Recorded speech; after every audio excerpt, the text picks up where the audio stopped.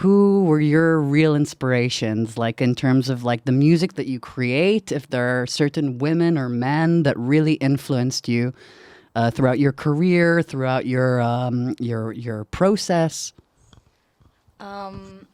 Well, I think my first girl music crush was Ella Fitzgerald. I was walking around in Paris, like I went with my dad to Paris when I was 17.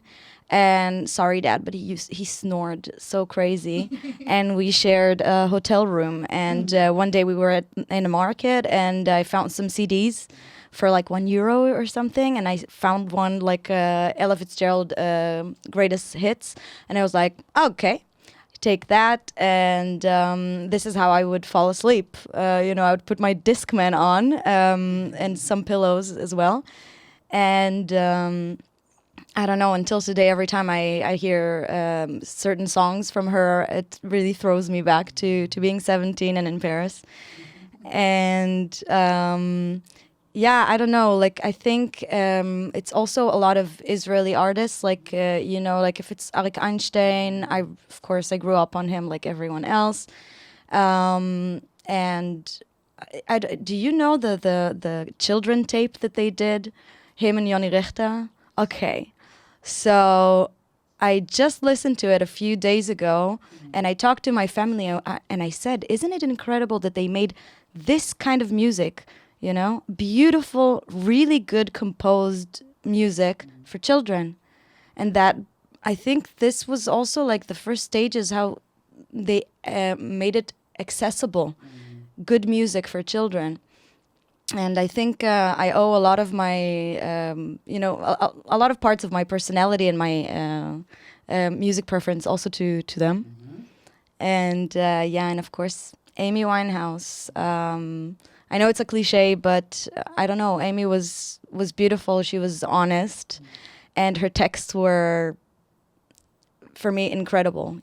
She really, really wrote about things that were important in a world that, after Fiona Apple and after Tori Amos and you don't see a lot of strong females, that sing from some kind of a pit, to fill some kind of a void, to put it out there in that way. And she was seriously like she woke something inside of me.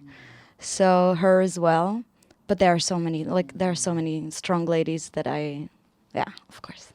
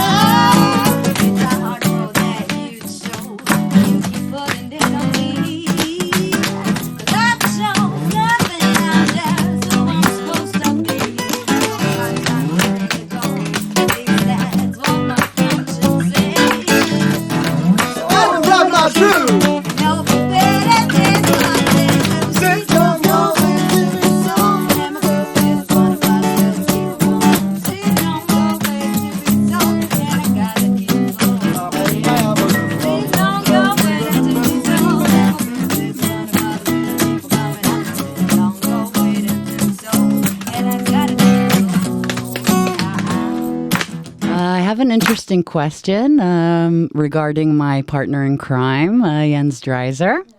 I understood that you met in the beginning of your career, and there was a lot of promoting and a beautiful friendship that you built. Could you tell me a little bit about that? Yeah, sure.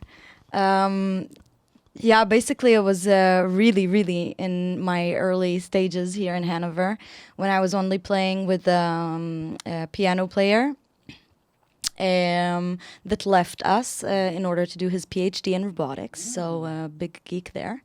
And yeah, we one day I just receive like late November 2014, something like that. I receive an email from the Hanover radio station, and I'm like, what?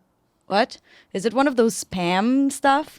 And they asked us for an interview because they saw that we have a concert somewhere, and yeah, and then when we do the interview, we play a few songs live, and then when we leave, I meet Jens, and he explains to me that he's the Musikredaktor of the radio station, and he was really impressed, and I was like, yeah, okay, cool. People usually like are very impressed and you never hear from them again, and it was really not the case with Jens.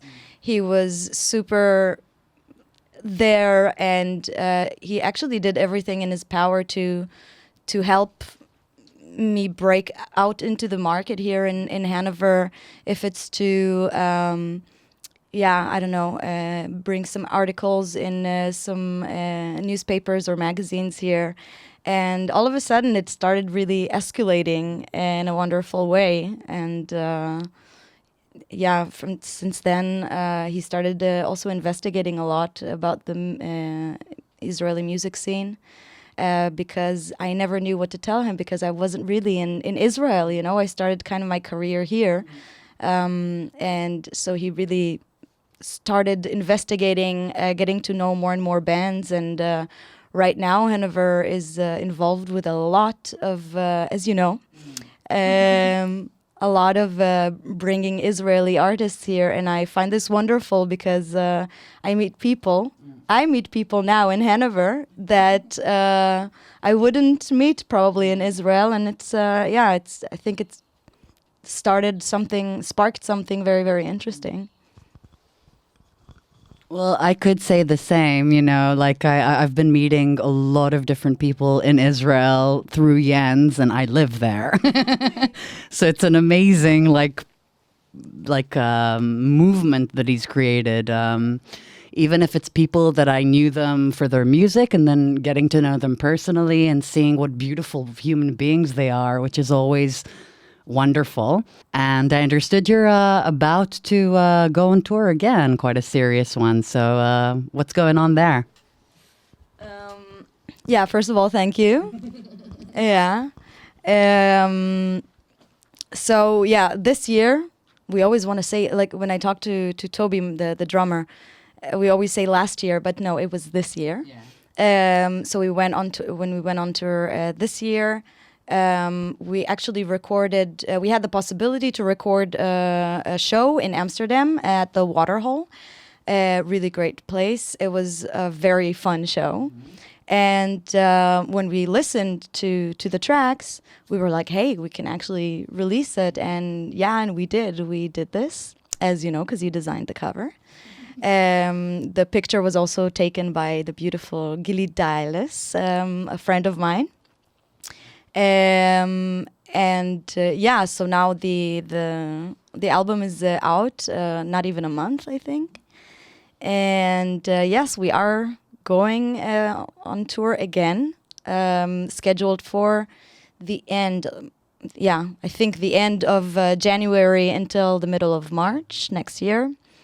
It's gonna be bigger and better and probably crazier. We do everything with the van. I think we have shows in Paris, like we didn't do France last year. We have more shows in England. We have Belgium. We have the UK, did I say? Yeah. And we have, yeah, it's really all over the place. We plan to do about minimum 25 shows. So it's gonna be pretty crazy. Yeah.